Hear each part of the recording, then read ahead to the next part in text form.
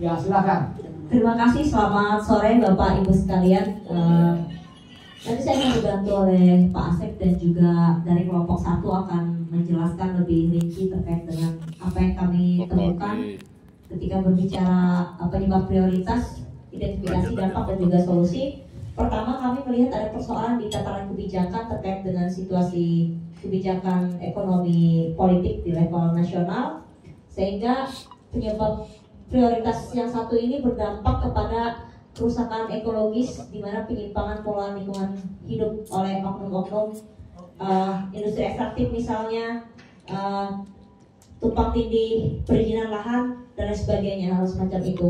Lalu kemudian solusi yang kami tawarkan yaitu bagaimana harus adanya judicial review, lalu aplikasi kebijakan untuk level nasional. Gitu.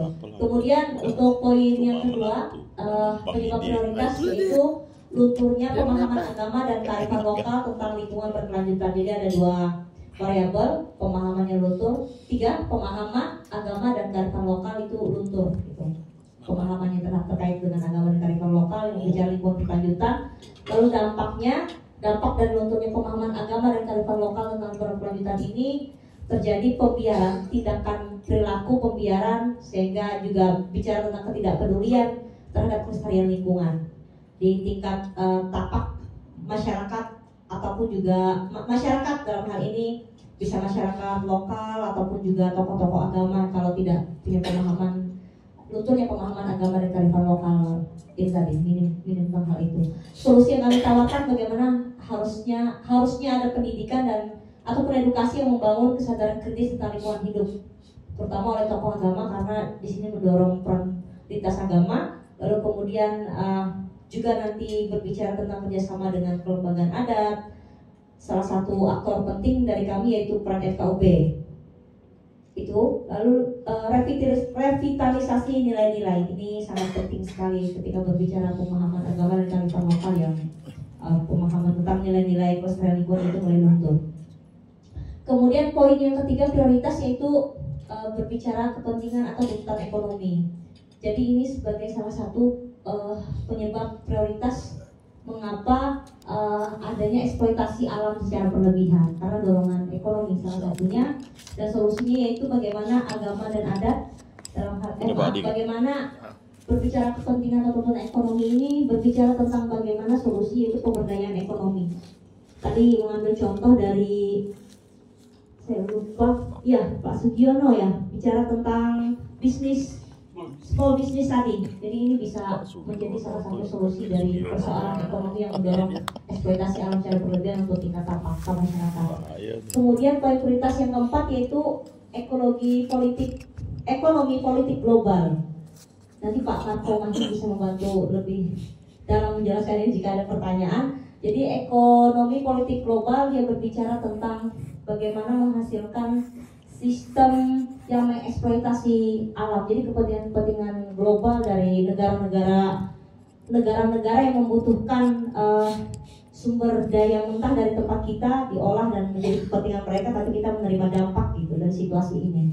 Nah, jadi itu menghasilkan sistem yang mengeksploitasi sumber daya alam kita secara berlebihan gitu. Lalu kemudian solusi yang kami tawarkan yaitu bagaimana adanya kampanye global lingkungan hidup. Salah satu bentuknya itu melalui policy brief yang mungkin bisa di-leader oleh FKUP dan kerjasama dengan lintas sektoral, pemerintah daerah, dan juga mungkin kehadiran lembaga adat juga perlu di dalam hal ini, menyuarakan hal itu di tingkat global melalui policy brief. Lalu yang kelima, minimnya kesadaran dan pengetahuan kritis tentang keberlanjutan lingkungan. Ini poin ini 2 dan 5 ini, lunturnya pemahaman dan juga minimnya kesadaran ini 2 hal yang saling berkaitan. Dampaknya karena minimnya kesadaran dan pengetahuan kritis tentang keberlanjutan lingkungan ini, dia berdampak kepada gaya hidup atau pola hidup yang tidak ramah terhadap lingkungan, penggunaan plastik dan sebagainya yang berlebihan, lalu kemudian juga hal-hal yang berlebihan terkait yang merusak lingkungan intinya. Lalu kemudian solusi yang ditawarkan literasi, edukasi dan Kali ini tanam sawit. Revitalisasi nilai-nilai, literasi dan edukasi, lalu internalisasi.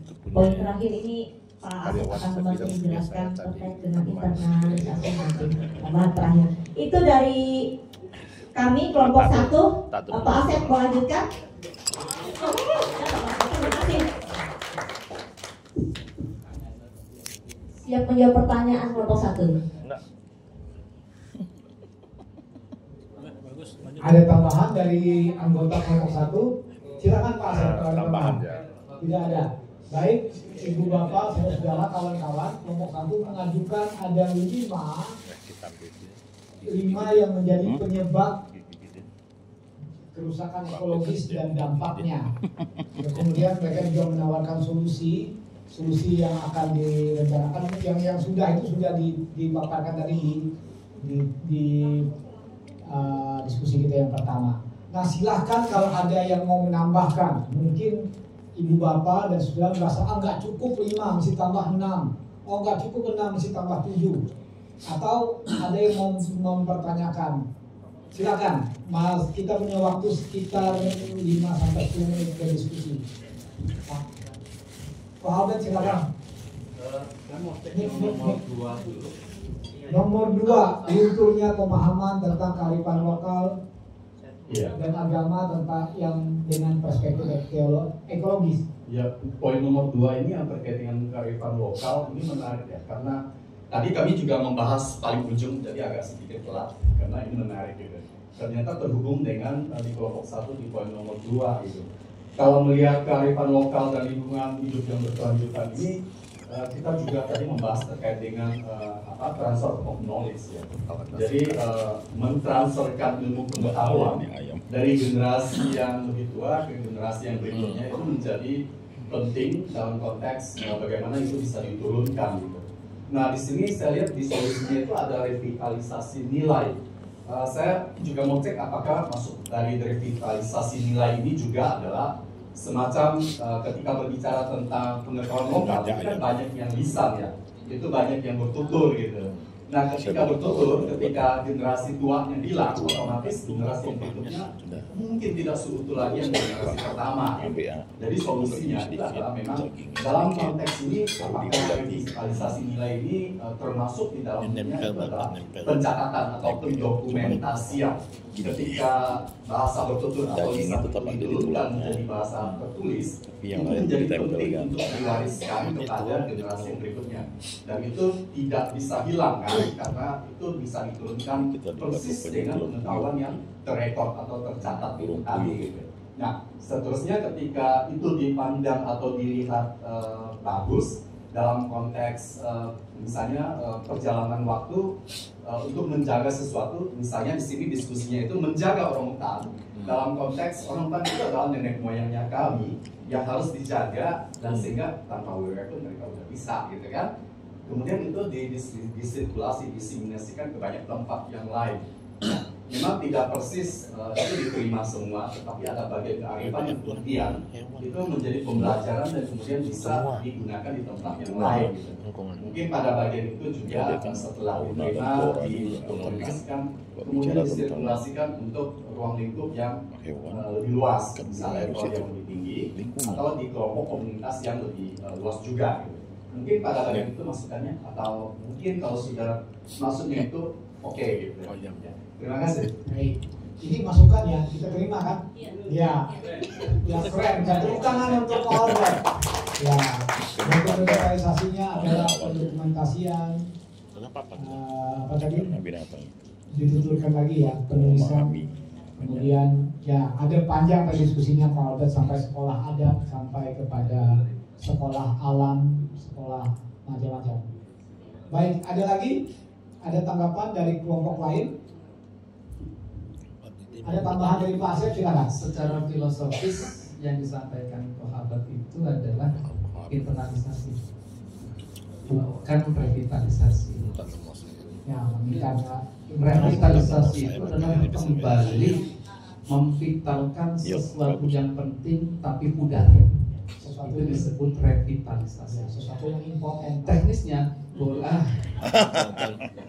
potensi yang import gitu. Jadi revitalisasi itu adalah menghidupkan kembali. Nah, ini pas tadi ya.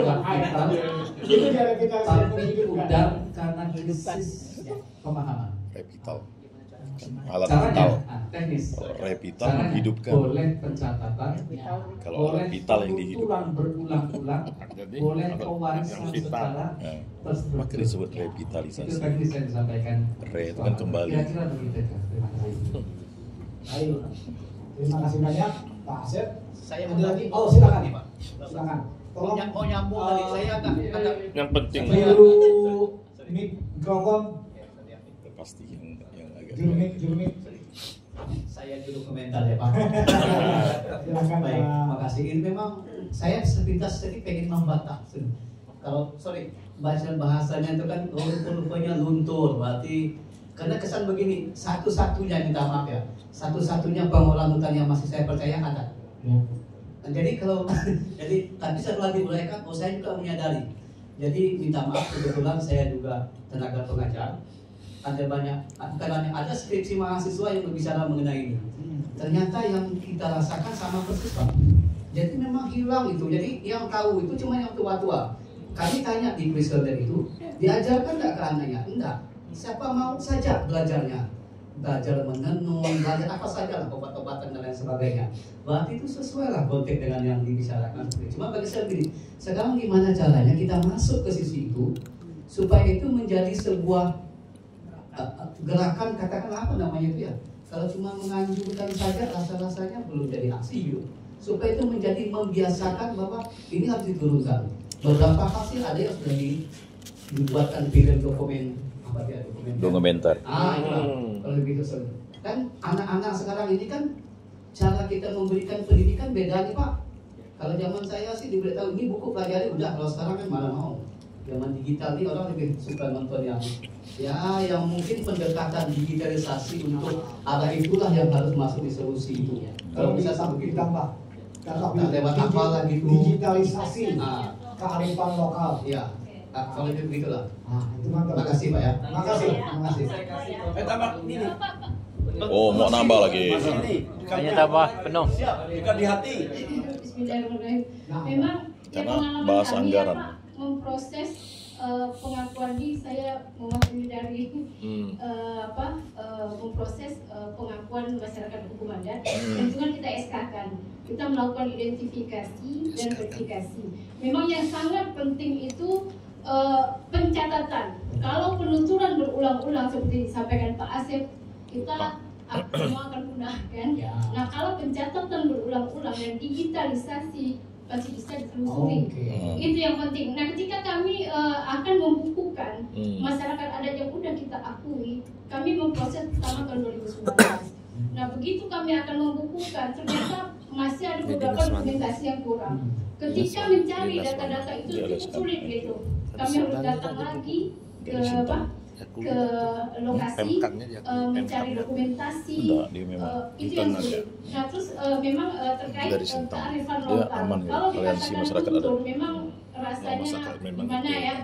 Sebenarnya kalau itu disosialisasi, nah tadi kata apa yang tepat supaya kearifan lokal ini memang bisa benar-benar kita pakai dan diakui dan memang bisa digunakan gitu.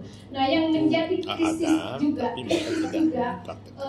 anak-anak muda tidak tertarik dengan adat gitu kan. Contoh, mohon maaf, sebaju ya, sebaju itu ada salah satu staf kami di lingkungan hidup tesisnya di sebaju. Kita udah mengakui masyarakat adat komunitas adat Dayak Kata Tubahan dusun Sebaju. Nah ketika melakukan penelitian di sana memang hanya orang-orang tua yang paham adatnya seperti apa, kearifan lokalnya seperti apa. Anak-anak muda kurang tertarik. Nah ini yang kita khawatirkan akan kepunahan dan tidak lestarinya kearifan lokal dan lain-lain. Nah ini bagaimana kita masuk gitu. Dan ini berkelanjutan bukan hanya ketika yang bawah tidak ada, Perubahan lalu punah, lalu tidak lestari, dan itu hanya tercatat doang, bukan hanya oke kita pada saat ini mencatat dan mendigitalisasi, tapi kenyataannya nanti ke depannya mereka tidak tertarik gitu dengan itu. Nah, bagaimana kita membuat bahwa ini akan terus ada selanjutnya. Dan ini juga kan mengajarkan. apa sih? Enggak, kata terus kata Ya, tapi kan itu yang saya khawatirkan, yang kita khawatirkan tidak turun. Kalau luntur tuh untuk misalnya melestarikan Bapak budaya ngajarkan adat si A dan tuh lain-lain. memang Itu yang usaha. saya khawatirkan gitu. Tapi Karena tekniknya- pengalaman kami Tapi saya sudah tekniknya memproses berbeda. 6 MA Berbeda, dan kurang sekarang 4 lagi. Nah itu Kalau sama kemarin. sekali Baik, terima kasih. diajarkan Jadi kita masuk digitalisasi, revitalisasi, reedukasi. Jadi bukan hanya Pas dicatat dan pagi ini digitalisasi, terus saya bagaimana anak pasang. muda tertarik Reedukasi lah berarti. Ya, berarti promosi, pengemasan ulang, repacking. Repacking. Oh, Terakhir Pak Markom, Ya, silakan. repackage. agar tidak menjadi kekhawatiran Ya. Ibu sebentar. Tadi saya baru berfoto dengan beliau. Laila Abdul. Ini saya punya foto bertiga. Ibu Laila Fitri.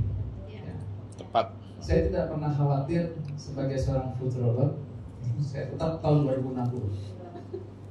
Saya tidak pernah khawatir dengan yang ibu khawatirkan. Karena secara naluri orang kembali kepada basic. Back to basic. Nanti pada fase puncak orang jenuh, dia akan kembali kepada alam. Penuh jenuh. Iya. Mungkin setelah ibu punah kayaknya. Ya, yang disebut back to nature. Ibu kalau main ke Swedia atau Denmark, saya selalu berpandangan dunia. Orang yang sudah pada puncak kemewahan yang kita baru pada fase 3/4-nya, mereka back to nature, kembali ke alam. Betul. Telanjang Iya. tuh. Sudah nggak pakai baju levis lagi, jaket lagi. Jadi saya Pak Marco tidak akan khawatir dengan kekhawatiran beliau. Ibu ketika Indonesia sampai pada puncaknya, mereka akan back to nature, Dan kita kembali ke alam. Telanjang. Oke.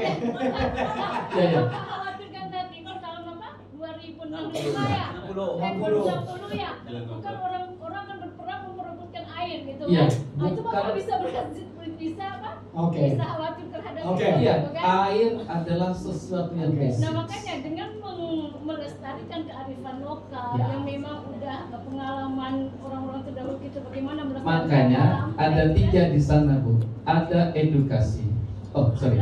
Ada literasi dulu, ada edukasi proses, dan paling puncak itu adalah internalisasi. Punya 3 alur. Pertama adalah transformasi paham, kedua transaksi ide, ketiga transinternalisasi di mana orang akan kembali ke situ. Sangat yakin saya Bu. Sangat yakin. Tadi Bu Lela tuh usul. Iya. Usul Naik, Pak ya, naik. Bu Lela tuh usul ada repacking supaya menarik.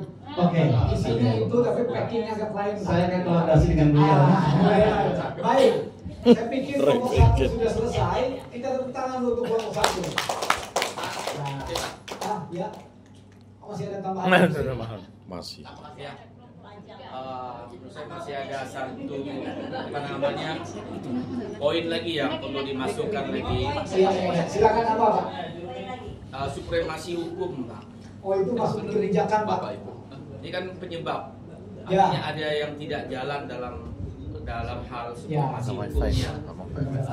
Penyebabnya sehingga masyarakat Pak itu pulang, orang Pak itu kan, pulang. berani melakukan sesuatu KUB itu. karena ini apalagi urusan buruh. KUB. Karena memang Itu. Masih hukum Pak Jul. lemah. Pak Jul. hukumnya lemah Oke. dalam hal adat maupun Pak Jul. hukum Jul, kan? positifnya. Tanpa itu. Baik. Sudah dimasukkan? Ya, ya. Pak Mantap. Didi. Thank you Pak. Terima kasih Pak Didi banyak. mana? Kita tepuk tangan dulu untuk kelompok 1. Yang dosen tuh, dokter. Saya mesti mengatur waktu. Silakan kelompok 2. Siapa juru bicara dari kelompok 2? Silakan Pak. Nah, ini banyak. Oh, langsung, Pak. Siapa saja aktor atau tokoh lintas drama yang Kan beliau. sudah berperan aktif ya. dalam konservasi lingkungan. Mik. Lalu kemudian yang kedua pertanyaan adalah apakah keterlibatan mereka masih bersifat lokal dan site, provinsi atau sudah mencapai skala nasional? Silakan. Akhir ngomong susah. Supaya enak dibaca yang pakai tabel, ada file terbaru. Waduh. Hidup kelompok 2. Hidup.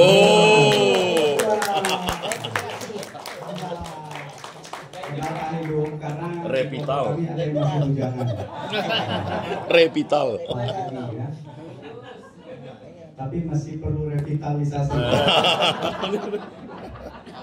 Terima kasih kelompok 2 terkait identifikasi aktor lintas agama dan peluang kerjasama. Yang pertama, aktor-aktor kunci yang kami temukan sudah berperan aktif dalam melakukan konservasi lingkungan. Yang pertama adalah Keuskupan Katolik, gerakannya menanam bakau, kemudian melibatkan komunitas lokal dan lintas iman. Kita sekaligus membuat potensi tindakan dan langkah strategis ya, jadi kita nggak abal-abal diskusinya. Kemudian Keuskupan Palangkaraya ada KKP ya, Komisi Keadilan dan Perdamaian dengan fokus pelestarian hutan. Nah, rekomendasinya juga sudah kita buat. Kemudian di daerah Ambawang itu ada tokoh namanya Pastor Wasito ya Pak ya. Nanti kalau salah-salah diperbaiki. Wasito memiliki wisma pelangi dengan luas lahan sekitar 100 hektar sebagai pusat konservasi, kemudian ada retret, ada edukasi lingkungan dan lain-lain. Mereka bisa menjadi model percontohan untuk replikasi di kawasan lain ya, kaitan dengan kolaborasi regional dan nasional. Kemudian PMKRI ada penanaman 100 pohon walaupun bersifat sporadis tapi dilakukan cukup intensif setiap tahun. Kemudian Dinas Lingkungan Hidup, di dalamnya juga ada beberapa tokoh agama. Salah satu contohnya adalah melakukan clean up waterfront di Sintang yang melibatkan komunitas agama dan sekolah. Kemudian ada tokoh-tokoh FKUB Kaltim dan Kemenak dalam rangka untuk mengurangi plastik sebagai agenda tahunan ya, HAB, Hari Amal Bakti Kementerian Agama. Kemudian Majelis Lingkungan Hidup Muhammadiyah, salah satu kegiatan terakhir adalah membentuk dai mangrove ya, dai mangrove khusus untuk menangani persoalan-persoalan mangrove dan gambut di Kalimantan Barat yang melibatkan seluruh pimpinan daerah.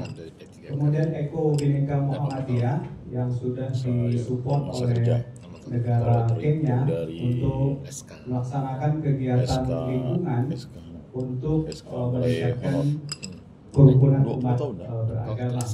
Kemudian capaian-capaiannya, yang pertama Wisma Pelangi mendapat Kalpataru 2012 dan sampai hari ini tetap aktif sebagai pusat konservasi. Kalau dengan Tukin. Kemudian PMKRI, walaupun belum ada evaluasi resmi untuk mengukur keberhasilan program penanaman pohon, tapi kegiatan ini tetap dilakukan setiap tahunnya. Untuk Kemenak Kaltim, program memang program insidental ya, sehingga belum terintegrasi secara menyeluruh dan kecenderungannya belum melibatkan tokoh-tokoh agama di luar Kementerian Agama. Tapi sejauh ini organ KUA itu dilibatkan secara intensif. Kemudian capaian dari Majelis Lingkungan Hidup dan Eko Bhinneka Muhammadiyah, tadi ada dai mangrove ke Kalbar, kemudian penanaman pohon, kemudian ada pelatihan ekobrik, yang terbaru adalah menciptakan board game ramah lingkungan. Khusus board game itu saya yang menciptakan. Board game-nya udah siap pakai. Kemudian level keterlibatan PDM dulu gitu, Pak. dari keuskupan Katolik itu sudah level provinsi ya. Walaupun memang perlu diinisiasi jaringan internasional dengan dukungan gereja global ya. Sejauh ini sudah pernah dibantu oleh Swiss ya Pak tadi ya, oleh negara Swiss untuk anak-anak di Swiss itu berdonasi kepada masyarakat Indonesia untuk penanaman pohon. Kemudian Wisma Pelangi di bawah, karena sampai hari ini tetap berkembang, maka potensinya dapat menjadi model konservasi nasional. Walaupun memang perlu ada pelatihan-pelatihan lain agar model konservasi ini benar-benar memiliki distingsi dan ciri. Kemudian PMKRI sudah memulai ajakan kolaborasi regional di Kalimantan ya. Jadi beberapa kawasan, beberapa Kalimantan sudah diajak berkolaborasi sejak tahun 2021 ya. Dan ini memang perlu ditingkatkan lagi secara nasional dan internasional. Kemenak mereka sudah melakukan program lingkungan yang merupakan arahan ya, atau instruksi biasanya ya dari Kementerian Agama Pusat. Untuk Majelis Lingkungan Hidup semua tokoh agama dilibatkan. Nah, salah satu tokoh agamanya Pak Adi dari Makassar ini ngasih bujangan ya. Nah, kemudian peluang kerjasamanya untuk peluang kerjasama beberapa pihak yang tokoh ya, beberapa tokoh baik pemuda atau tokoh agama sudah terlibat ya, seperti Gus Durian, kemudian Walhi, WWF sendiri, kemudian perguruan tinggi, semuanya sudah terlibat. Tinggal dimaksimalkan setiap elemen ini, pemangku kepentingan ini agar kerjasamanya lebih berkembang. Apakah misalnya melalui lokakarya tahunan lintas iman atau deklarasi yang dikembangkan dan lain-lain. Kemudian FKUB juga dapat dimainkan perannya dengan bermitra kepada perguruan tinggi untuk melakukan restorasi ekosistem. Nah, kolaborasi antar pemuda sejauh ini yang sudah ada di Kalbar ya, nanti boleh dimasukkan di tempat lain. Ada namanya TP5, apa Pak singkatannya Pak? Temu Pemuda Lintas Iman. Limanya apa Pak? Lintas Iman, oke. Oh. FKPLA itu forum pemuda lintas iman. Forum komunikasi perempuan lintas agama. Temu 5. Kemudian siapa ketua? Sadap itu apa Pak? Satu dalam perbedaan. Satu dalam perbedaan. Oh iya, sadap toyo. Sadap dalam perbedaan. Sadap. Satu dalam perbedaan. Ya.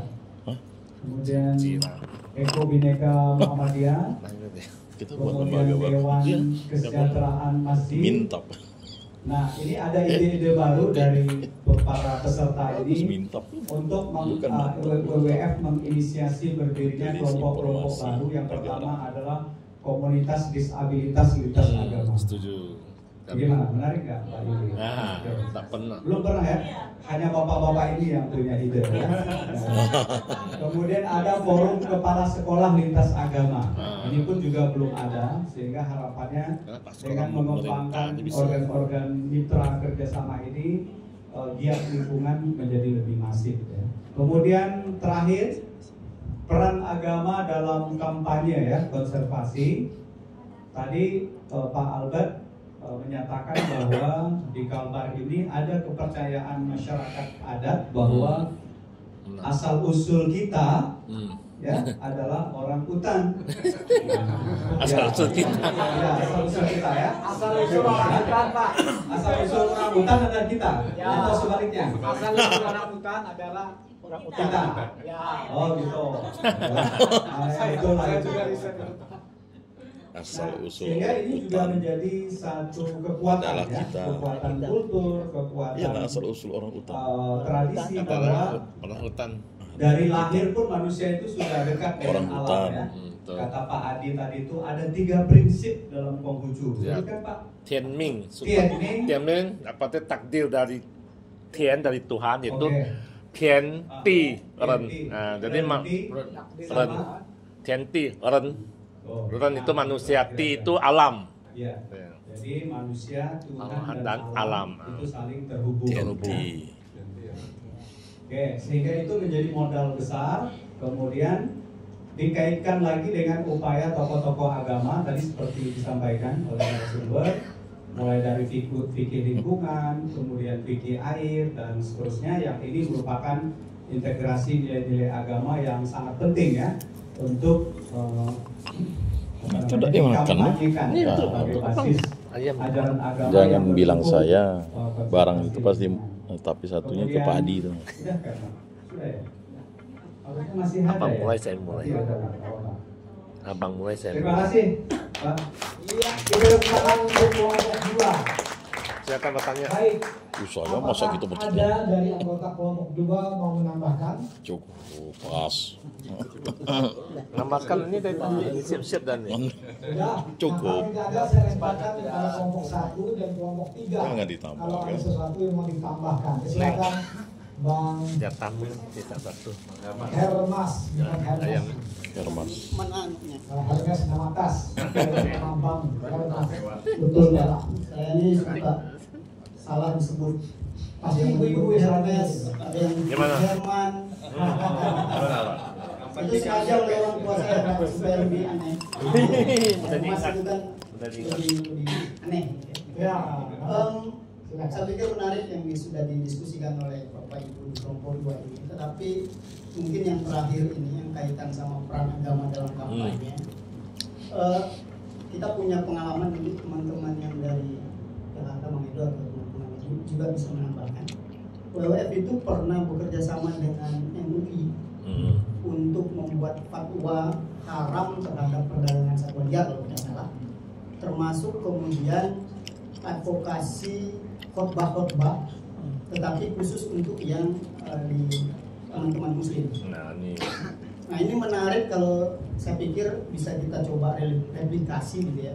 Tetapi tidak cukup seperti yang Pak Dr. Marco tadi sampaikan, tidak cukup di Islam.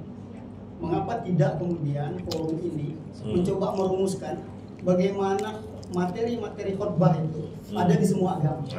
Sehingga kalau dalam teori perang Feng Shui itu kan diserang dari 8 penjuru angin. Feng Shui nih, Feng Shui. Terima kasih Bang Hermas. Ada lagi? Pak Adi kalah. Ya silakan. Yuli menambahkan ya. Cewek. Tanggapan. Harus ada suara cewek. Yuli. Setuju. Satu habisin, harus habisin. Saya ingin menanggapi yang ide tentang komunitas disabilitas lintas agama. Saya pikir penting untuk berbicara fokus pada satu bentuk komunitas karena kita ingat masyarakat itu dia punya lapisan. Bicara disabilitas pun dia ada lapisan lagi, lapisan yang bisa mengakses air secara gratis atau mengakses level air yang berkualitas sejauh mana gitu. Jadi penting punya fokus yang sangat jelas ketika menyasar satu kelompok atau yang menjadi subjek kegiatan advokasi. Itu sih Pak Marco, terima kasih. Terima kasih, itu sumbangan pemikiran dari Ibu Yuli yang nanti mohon dipertimbangkan. Ada lagi? Saya kali mana? Oh silakan. Tolong juru mikrofon. Jurmik. Repital. Bisa ditunjuk dinaikkan kak? Tadi saya tuh ini kelompok 2 ini terlalu penuh ini. Bagus ah. Sampai tak mampu mikir kayak Oh. Betul ada betul apa saya bingung. Cuma begini Pak, kira-kira ini kira-kira diskusi kita berarti sekian banyak semua kita berbicara mengenai kelestarian lingkungan. Apakah upaya yang kita lakukan ini ada nggak misalnya di saat yang bersamaan dia mencoba menjaga kelestarian, terus ada nilai ekonomis bagi masyarakat sekitarnya? Oh, Karena kalau kita hanya sisi lestari saja, tidak ada manfaat ekonomi bagi masyarakat. Tidak Saya bisa rasa bertahan. mungkin nanti akan dengan sendirinya punah Pak kegiatan itu. Kalau menurut saya dulu ada nggak sisi-sisi itu yang dimasukkan? Misalnya minta maaf Pak, saya ini agak sedikit ngasih contoh, tapi ini contoh mudah-mudahan ini salah. Kami ISMI Sintang minta maaf ini punya ini. Nanti silakan diterjemahkan apakah ini keliru apa tidak dengan masalah pelestarian alam ya. Kebetulan di Sintang itu ini cerita. Kami MUI itu punya lahan 20 hektar. Lahan itu tidur 20 tahun. Kemudian kami ISMI mencoba merangkul semua ormas Islam yang ada. Terbentuklah BKPUI, Badan Pembangunan Kerjasama Umat Islam. Kemudian kami buatlah blueprintnya, cetak biru untuk 2045. Salah satu jalan keluarnya adalah kami ingin pemberdayaan umat dengan cara mengolah lahan itu menjadi sebuah cadangan dan tanda petik. Itulah bentuk ekonomi untuk masyarakat itu, merubahnya menjadi sawit. Ketika merubah sawit ini saya takut tadi nanti dianggap tidak melestarikan alam. Tetapi sebenarnya itu justru untuk menguatkan masyarakat suatu saat nanti. Kalau ini sudah jadi, ekonomi sudah kuat, saya yakin seiring yang lain itu juga akan bisa dijaga. Minta maaf, itu hanya mungkin alibi saya lah, bukan lahan. Tapi kondisinya begitulah. Kan kalau lahan itu kita biarkan saja, kian ada manfaat secara ekonomi juga susah. Nah, kira-kira itu saja. Terima kasih banyak. Jadi ini pertanyaan ke kelompok 2 Pak, bukan saya. Apakah ada contoh kegiatan atau pemikiran bahwa dia tidak hanya bergerak dalam bidang pelestarian lingkungan hidup, tapi juga pemberdayaan masyarakat ke sisi ekonomi. Ada 2 sisi, ya sisi ekonomi. Silakan kelompok 2. Terima kasih. Bagi saya itu ide bagus ya Pak. Tapi kami lebih banyak fokus kepada lingkungan dan kerukunan. Jadi lingkungan dan kerukunan umat beragama. Sejauh ini stakeholder yang terlibat dalam aktor-aktor konservasi, restorasi dan seterusnya itu lebih kepada arahnya ya, karena memang tokoh agama dia lebih banyak kepada membangun kerukunan. Nah, untuk ide bagaimana mengembangkan lingkungan dan kesejahteraan, saya kira pemangku kepentingannya akan berkembang Pak. Jadi tidak hanya lagi tokoh agama, karena pada umumnya tokoh-tokoh agama itu lebih suka bicara kerukunan ketimbang kesejahteraan. Nah, gitu. Kebetulan saya juga ketua ISMI Pak, Kota Pontianak. Nah, jadi saudara kita Pak. Cuma memang ketika lahan Bapak yang katanya Bapak kelola menjadi sawit, memang ini menjadi ambigu ya. Jadi ambigu, kita perlu konsistensi ya. Kalau memang kita ingin mengatakan bahwa sawit ini tidak mensupport gitu ya lingkungan, maka otomatis lahan Bapak harus dievaluasi. Sawitnya diganti yang buah apa gitu ya Pak ya. Pak Adi nanti tahu banyak buah yang beliau kan bisa agroforestry Pak. Nah begitu. Tapi intinya saya kira setuju Pak. Kalau memang, tapi ini sisi ekonominya. Sisi ekonomi, tapi memang segmennya, stakeholdernya pasti berbeda. Kemudian tambahan sedikit Pak. Silakan. Ini di Sintang juga nih Pak. Di Sintang juga. Jadi mungkin kawan-kawan yang di Sintang ini, Sintang ini kan ada Kobus ya. Ya, Kobus yang. Nah, itu saya rasa kalau untuk sisi lingkungan lewat almarhum Pastor Hansen itu tidak diragukan lagi ya. Dia bahkan punya hutan Kobus sendiri Pak. Ekonomi juga. Itu Katolik pastornya. Ya. Kalau gitu, tapi tadi saya belum ada. Oh, minta ditambahkan Pastor Hansen dengan Kobusnya. Saya betul juga. Kobus. Ya Kobus. Iya Kobus. Atau sekarang disebut dengan SOC. Apa namanya sekarang? Sintang Orangutan Conservation. Agak beda beda cabang ya. Bukan SOC, Sintang Orangutan Conservation. Oke. Baik, ada lagi? Silakan Pak. Tambahan untuk kelompok 2. Ya Kobus. Ada ya Pak Kobus ya. Kobus ya Kobus. Oh, tidak ada ya. Biasa Kobus. Ini ya Kobus ini. Kalau saya lihat kelompok atau forum yang ada ini, dia itu masing-masing di komunitasnya. Ya. So, bisa nggak kita bentuk suatu lintas agama yang memikirkan lingkungan? Apa namanya kayak itu? Oke. Kalau FKB kan bukan memikirkan lingkungan. Kita FKB dikumpul karena WF aja Pak. Kalau tidak WF, tidak pernah kita berkumpul untuk cerita kerukunan. Maksudnya kita bicarakan kerukunan. Iya, karena ada yang mengumpulkan kita kumpul lagi. Nah, maksudnya bisa kita buat satu komunitas, apa namanya? Lintas agama yang membicarakan tentang khusus lingkungannya. Forum kerukunan umat lingkungan. Kita soalkan tuh. Dibentuk forum lingkungan dari nasional sampai ke daerah. Organisasi baru atau apapun namanya. Apa namanya? Ada gerakan Forum lingkungan lintas betul agama. Khusus untuk lingkungan itu. Tolong dicatat usulan ya. Forum lingkungan lintas agama. Iya, bukan forum kerukunan, forum lingkungan. Nah, forum lingkungan. Lingkungan apa lo? Katanya forum matanya. Mau lingkungan hidup. Nah, forum lingkungan hidup. Lingkungan hidup bisa. Forum lingkungan dan konservasi alam. Forum Mapala pula. Forum lingkungan pencinta lingkungan. Forum pencinta lingkungan. Ini hampir pukul 16. Kalau tidak ada berarti saya akan selesai. Ya silakan. Untuk kolaborasi tadi di MUI sebenarnya dari pusat sampai ke daerah itu ada lembaga LPLH-SDA, Lembaga Pemulihan Lingkungan Hidup dan Sumber Daya Alam.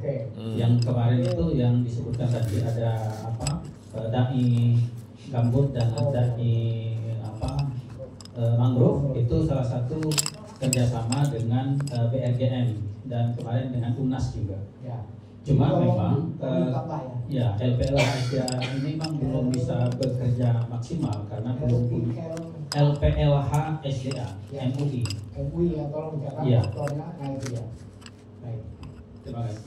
Ada lagi, kalau tidak ada kita beri tepuk tangan untuk kelompok 2. Mantap.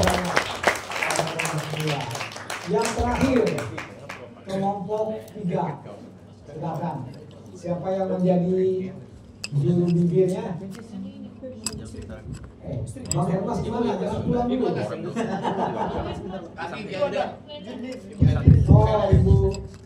Ibu Sri Jini. Ibu Jini yang berseri-seri. Silakan. Yang punya dana. Ayo, mana kamu kerja? Tolong ditayangkan. Yang punya dana. Kami kelompok 3 sudah paling serius, paling cepat juga Pak selesai. Ini yang penting urusan duit. Jadi kami membahas topik yang pertama itu peluang pendanaan. Jadi untuk peluang pendanaan itu kami melakukan identifikasi untuk sumber-sumber pendanaan yang bisa diakses dari pemerintah. Pemerintah ini memang secara luas, jadi kan misalnya contohnya ada dari Badan Pengelola Dana Lingkungan Hidup, terus kemudian ada pemerintah sendiri, ada BUMN yang bisa diakses dan dana tersebut. Jadi secara luas termasuk dinas-dinas terkait yang sebenarnya juga bisa menjadi sumber pendanaan kegiatan, misalnya dinas pertanian, dinas lingkungan hidup, dinas ekonomi kreatif dan sebagainya, pasti yang bisa diakses. Sebenarnya mereka punya dana yang bisa mensupport kegiatan yang bisa kita lakukan dalam bentuk kolaborasi kegiatan kita. Kemudian kedua itu swasta ini juga lebih luas. Salah satunya yang bisa diakses itu dari dana CSR yang bisa kita akses juga untuk kegiatan yang akan dilakukan menjadi sumber pendanaan. Karena cukup luas juga untuk swasta ini kan. Kemudian dari bank maupun perusahaan. Kemudian NGO juga bisa menjadi sumber pendanaan untuk mengakses kegiatan misalnya dari beberapa NGO yang di Indonesia maupun yang di luar negeri. Kemudian lembaga donor sendiri dalam dan luar negeri. Salah satunya contoh yang tadi ada presentasi kelompok 2 kan dari Eko Bhinneka Muhammadiyah yang mendapat dari negara Kenya. Nah itu juga salah satu lembaga donor yang mungkin bisa kita akses di negara Kenya, misalnya dari pendanaan dari negara, misalnya kayak USAID atau USAID atau SIDA. Kemudian filantropi atau individu ini juga bisa kita akses sumber pendanaan. Jadi orang-orang kaya Indonesia yang mungkin sudah duitnya sudah tidak ada nomor serinya, jadi bingung mau akses bisa kita akses. Orang kaya yang tak punya nomor seri itu bahaya tuh, uang palsu jadi. Kan di Kalbar, Kalteng, asalnya kan Haji Isam. Iya kan? Banyak duit itu sebenarnya. Gitu kan. Pak Presiden juga salah satu sumber pendanaan. Itu contoh misalnya. Kemudian 6 lembaga keagamaan dengan jaringannya. Jadi di lembaga keagamaan itu sebenarnya kan punya juga lembaga-lembaga pendanaannya yang bisa diakses. Dan selama ini kan mungkin hanya diakses oleh gereja, masjid atau segala macam. Tapi sebenarnya juga bisa misalnya kayak Basnas, terus kemudian Caritas dan sebagainya itu punya. Nah itu sebenarnya juga bisa menjadi sumber pendanaan untuk kegiatan. Kemudian yang berikutnya itu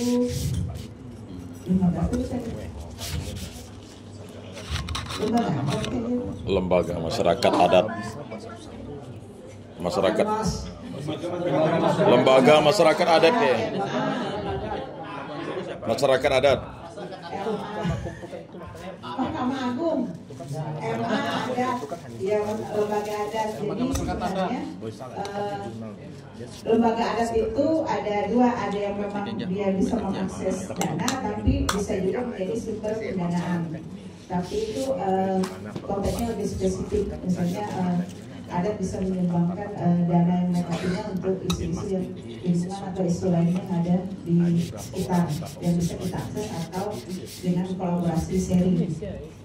Kemudian yang ke-8 itu sumber pendanaan lain yang bisa kita akses secara yang sah, yang kita bisa akses. Kalau sumber pendanaan judul kan beda, judul lain itu beda, tapi ini bisa kita akses, misalnya dengan crowdfunding seperti itu kan yang yang secara luasnya dan secara online kan bisa kita akses juga.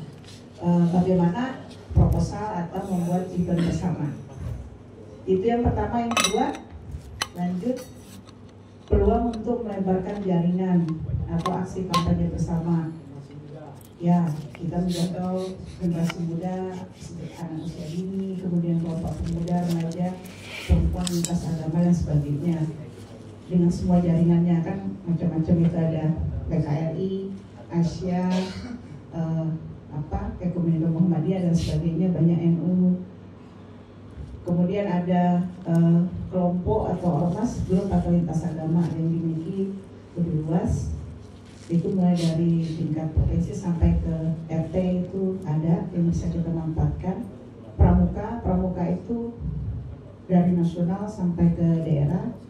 Sekolah perguruan tinggi, kemudian swasta ini juga banyak, perusahaan-perusahaan, bank dan sebagainya. Kita bisa melebarkan jaringan juga dengan mereka. Komunitas adat di semua tempat itu ada. Kemudian media ini bisa elektronik, cetak, tulis, podcast dan sebagainya yang bisa kita akses. Siapa tahu nanti suatu saat kita punya, tadi ada forum pecinta alam lintas agama, nanti podcast lintas agama seperti itu, yang sharing apa yang sudah kita lakukan untuk alam, untuk lintas agama. Kemudian dari pemerintah itu sendiri juga kita perlu mendapatkan jaringan pemerintah ini, baik yang eksekutif maupun legislatif. Itu juga buat kita juga penting, terutama kan mereka selain jadi sumber pendanaan juga bisa untuk melebarkan jaringan untuk aksi kampanye bersama, kolaborasi pemerintah, masyarakat, lintas agama dan sebagainya. Kemudian bagaimananya itu bisa seminar, lokal karya, kampanye, penyuluhan, festival, pelatihan, kemah konservasi atau field trip. Kemudian ada juga belajar dari alam atau sekolah alam, outbound, pameran dan sebagainya. Itu secara garis besar dari kelompok 3. Sekian dan terima kasih.